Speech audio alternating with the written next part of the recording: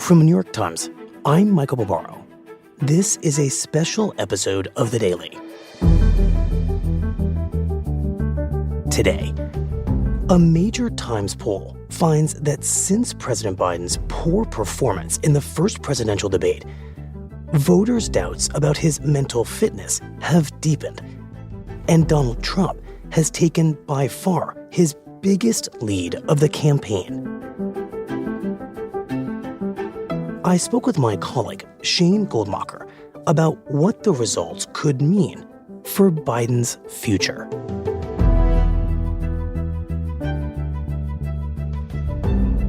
It's Thursday, July 4th. Shane, thank you for coming on with not a ton of notice on a very busy day for you. Happy to be on. We don't normally publish an episode on a national holiday, July 4th, but we felt the results of this poll were significant enough and newsworthy enough that it was worth departing from that tradition. I mean, in the time that I've been at the Times and covering our polls, this has been by far the most anticipated poll that we've put out. And the reason it's so anticipated is that tens of millions of Americans watched the debate last week.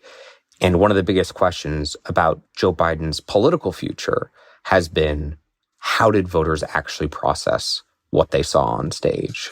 Right. What did they make of a Democratic nominee struggling openly at times to be coherent, to offer cogent answers? Would it affect the race?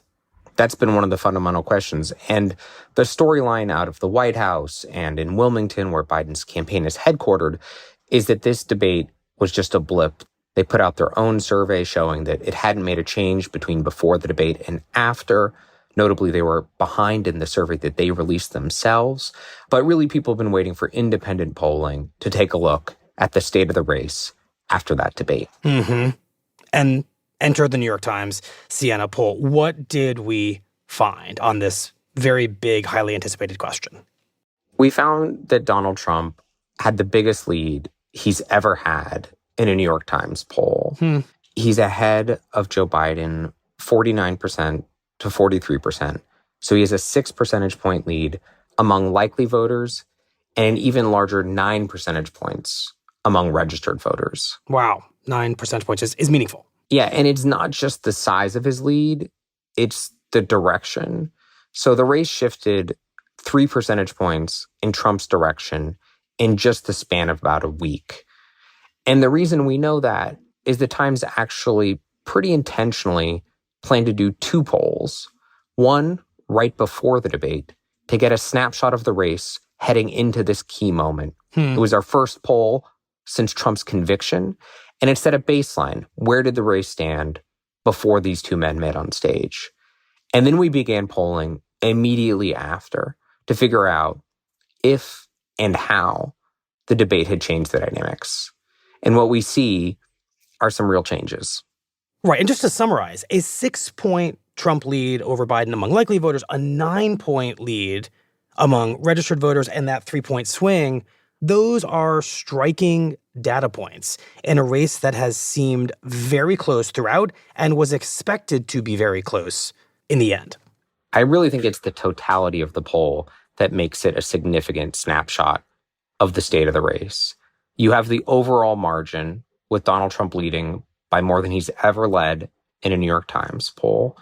And you have on the critical question of age for an 81-year-old president who just struggled to perform on the national stage, growing concerns about his ability to govern. And it's basically everyone in the poll.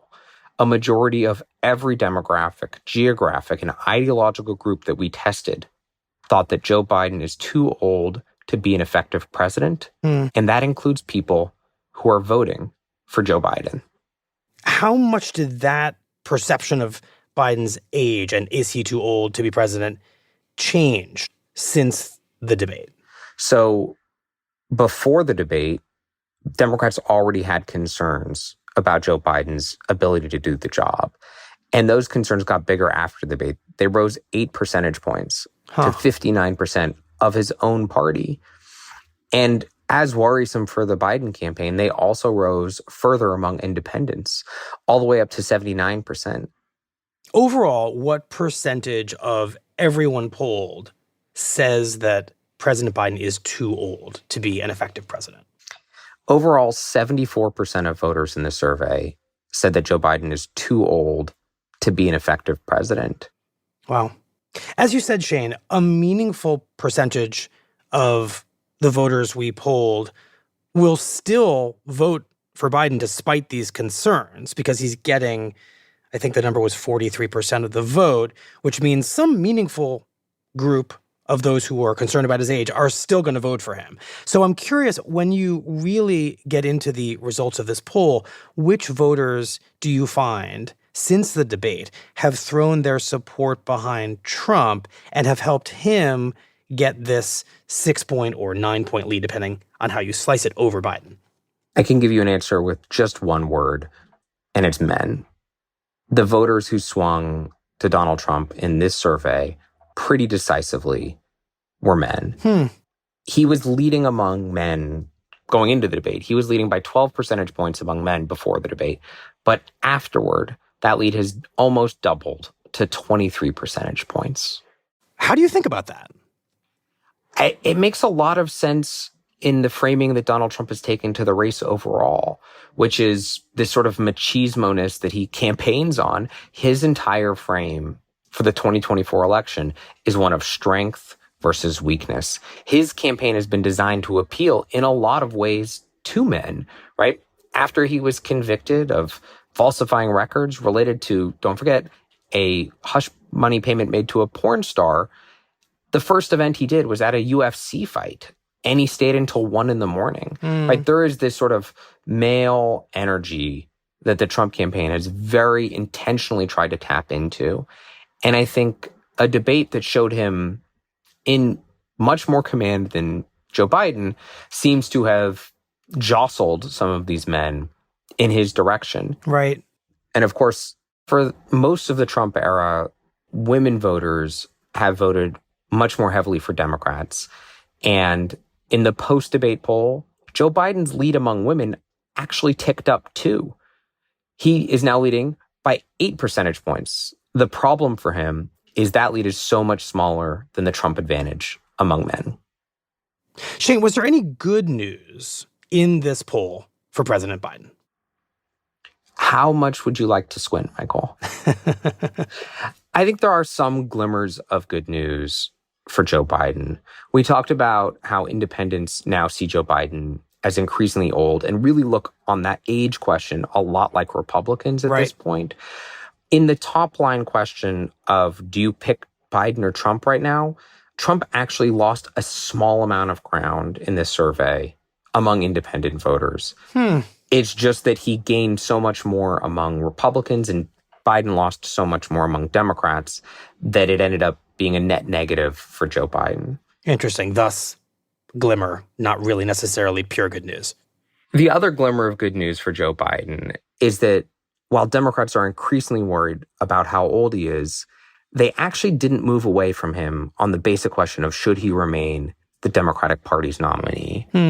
The share of Democratic voters who think he should no longer be the Democratic nominee ticked up ever so slightly, but it's not a significant movement away from Biden in a way that some of his advisors might have feared. That's interesting, and I suppose good news for Biden after this debate, but I recall our guest on the debate night when we did that episode, Estette Herndon, reminding us that the point of this debate, the reason why Joe Biden agreed to do this debate, was to try to reassure Democrats of his place as the nominee and to hopefully, in a poll like this, find that more and more Democrats want him to be the nominee and aren't worried about that. It doesn't sound like this poll finds that at all. I mean, this was one of the fundamental things that the Biden campaign was trying to accomplish.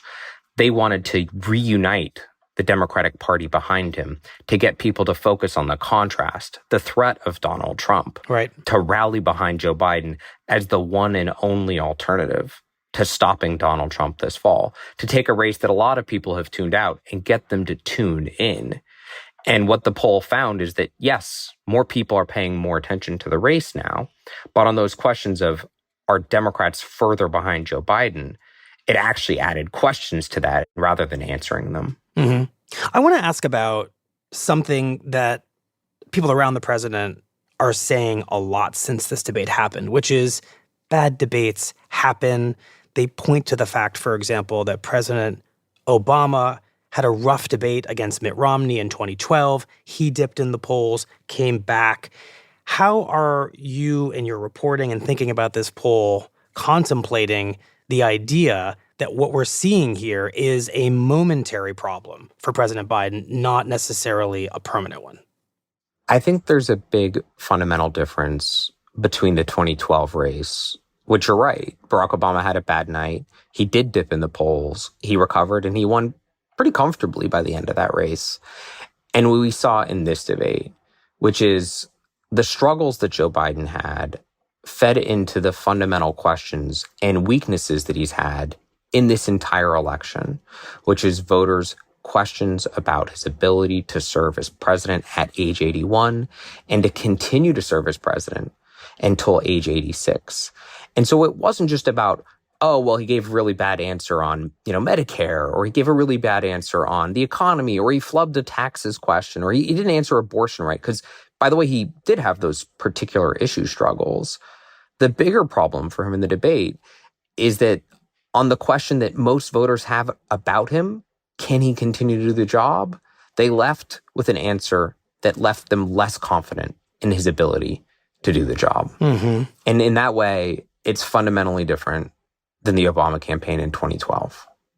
So, Shane, it's hard to imagine this poll doing anything to quiet the very real panic that has erupted within the Democratic Party over Biden's candidacy. If anything, I have to suspect it's going to deepen it.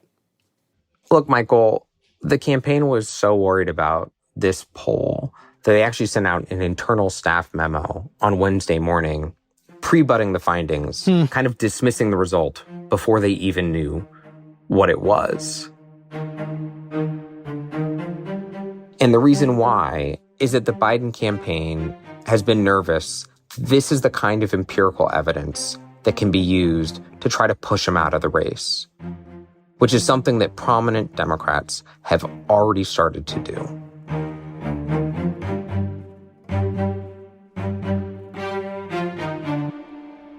We'll be right back.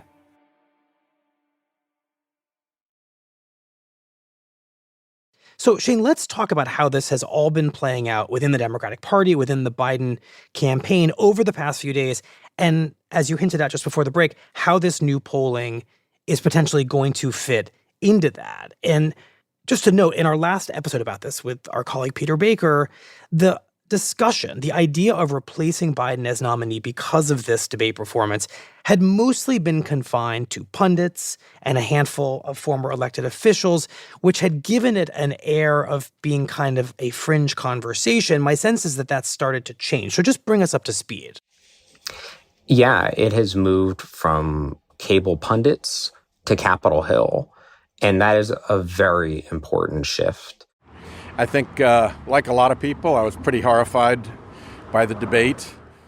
You had Senator Sheldon Whitehouse, a liberal from Rhode Island, saying he was horrified. Michigan Congresswoman Debbie Dingell says one interview isn't going to fix this. You have some important members of Congress in key swing states like Michigan. I want to see him talk to the American people. Saying that voters are worried about this issue. And tell them why he can do the job and what he's going to deliver, and that he's got the stamina to do it. And then on Tuesday, you really had the beginning of a dam break. And we don't know just how big the leak is going to be yet, but we do know that he's leaking important support. As a college student, I did a lot of debating. And I think you had Jim Clyburn, who is one of the president's closest allies, who delivered an endorsement to Joe Biden in 2020 that helped deliver him the presidency and the Democratic nomination. This party should not in any way do anything to work around Ms. Harris. he began talking about what he would do if Joe Biden wasn't, in fact, the leader. We should do everything we can to bolster her, whether it's in second place or at the top of the ticket. And he said he would back his vice president, Kamala Harris. And then you had Nancy Pelosi. We all have been in touch with people close to the president. So it's not a question of not having an opportunity to make our concerns known or... Who's one of the most revered names in Democratic politics, almost going a step further. Now, again, I think it's a legitimate question to say, is this an episode or is this a condition? And saying the questions about Joe Biden's mental fitness, those questions that we saw jumping among Democrats in our poll, that is a legitimate line of inquiry for the public. Now, her spokesperson later said she still continues to support Joe Biden, but it's pretty hard to unring a bell like, is this an episode or is this a condition?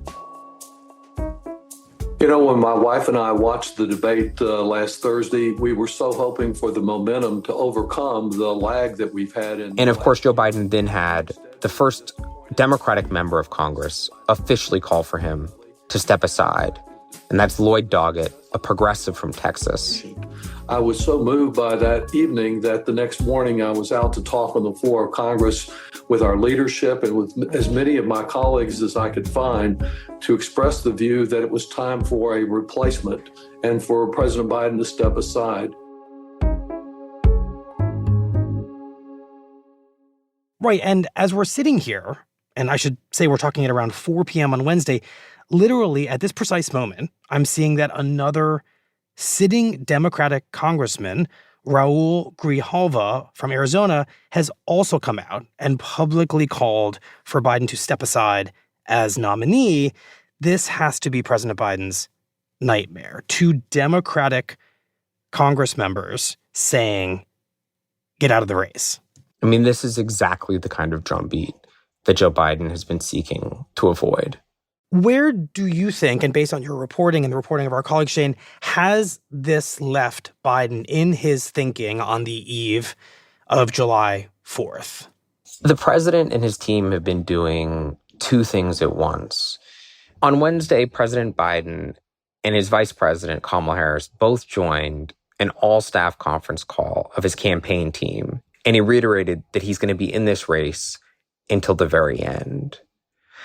But my colleague, Katie Rogers, has reported on some private conversations that President Biden has had with key allies in which he has told them that he understands the coming days are absolutely critical to salvaging his candidacy. Now, I should say that the White House has denied that reporting. But Democrats pretty much across the spectrum at this point are saying that Joe Biden needs to reassure the American people about his ability to serve. And that's important, Shane, because that reporting from Katie Rogers suggests a self-awareness on the part of Biden that he might not make it, that there are conditions under which he would and wouldn't make it. And that, of course, makes me wonder, what does Biden think might make or break this moment for him? I think it's worth pausing for a second and thinking about what it took to get those first members of Congress to call for him to step aside, and for Nancy Pelosi in particular to express her frustrations out loud, which is silence. There's really been silence from Joe Biden since this debate night. He went the next day and had a rally that his campaign team was really pleased with in North Carolina, where he said, I'm not a young man anymore, and I don't speak as smoothly as I used to, and I don't walk as well as I used to. And they took those remarks and they packaged it into a television ad, and they're putting that on the airwaves. But what Joe Biden hasn't done is speak unscripted since that debate night. He used a teleprompter at that rally in North Carolina, and he did a series of fundraisers. And even behind closed doors in the Hamptons, he used a teleprompter with his donors, which raised some concerns about why isn't he speaking unscripted even with us? Right. Why isn't he deliberately trying to demonstrate his ability to be extemporaneous, to fight this growing perception that if left to his own devices, he will have problems communicating? Yeah, the question that it raises is, why would you not put him out there more? Mm-hmm. And so this private conversation that he had and some of his other actions tell you that the Biden team and the president himself know that he needs to go out and fix this problem. And to address that, he's meeting with a series of governors, key Democratic governors and allies from across the country, some of whom are flying into Washington, D.C. to hold this meeting. He's sitting down for an interview with ABC's George Stephanopoulos. And then he's hitting the campaign trail over the weekend in Wisconsin and Pennsylvania. And the president clearly at this point knows that each of these encounters are a high-stake moment where people are going to judge his readiness and capacity for the job. Mm-hmm. I just want to end this conversation by reflecting on what I think it's safe to say is the pretty extraordinary nature of this moment. We are 4 months out from the election, and it very much seems day by day, hour by hour, poll by poll, as if President Biden's nomination could be teetering on the edge. It may never get to that point. He may absolutely, as he says, remain the nominee until the end. But that's where we are right now, is that people are asking that question. They're asking it openly. They're asking it within the Democratic Party. And it feels very fraught and momentous. Joe Biden made a bet that the earliest debate in presidential history was going to help him consolidate the Democratic Party and unite everyone to take on Trump this fall. And so far, it's done just the opposite. He's facing more questions than he has allowed from Democrats from almost 2 years about his capacity to lead the party. But the issues at hand, Joe Biden's age, are not a new one. When he ran for president in 2020, he talked about being a bridge to the next generation. And when he announced that he was going to run again, a lot of Democratic voters were surprised. The Democratic Party moved pretty quickly to squash any chance that there would be any real opposition to Joe Biden in 2024. Right. They reordered the nominating calendar. They put his strongest state first. And they made sure that no serious Democrat challenged him for the nomination. But he's been in something really, though, of a staring contest with his party's voters for the last few years who have had doubts about his age and him remaining their standard bearer. And for the first time in that staring contest, a few prominent members of his own party are saying it may be time for President Biden to blink and step aside.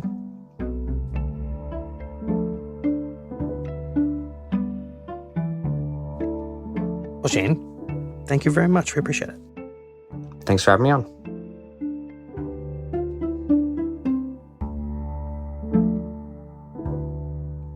For more on the fallout from the debate, check out this week's episode of The Run-Up, where Usted is hearing from voters around the country and asking them how they're now feeling about their options. You can find The Run-Up wherever you listen. We'll be right back.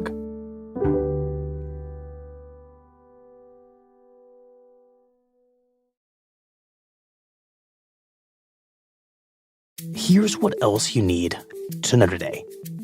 Hurricane Beryl, after devastating 2 small islands in Grenada, struck Jamaica and the Cayman Islands on Wednesday as a powerful Category 4 storm. According to local officials, the damage on 2 of Grenada's islands, Carriacou and Petite Martinique, was catastrophic. About 98% of the buildings on the islands have been damaged or destroyed, including Carriacou's main hospital, airport, and marinas. During a news conference, Grenada's prime minister said, quote, "We have to rebuild from the ground up." Today's episode was produced by Rob Zipko, Carlos Prieto, and Nina Feldman. It was edited by Devin Taylor, contains original music by Marian Lozano, Dan Powell, and Diane Wong, and was engineered by Chris Wood. Our theme music is by Jim Grunberg and Ben Landsberg of Wonderly.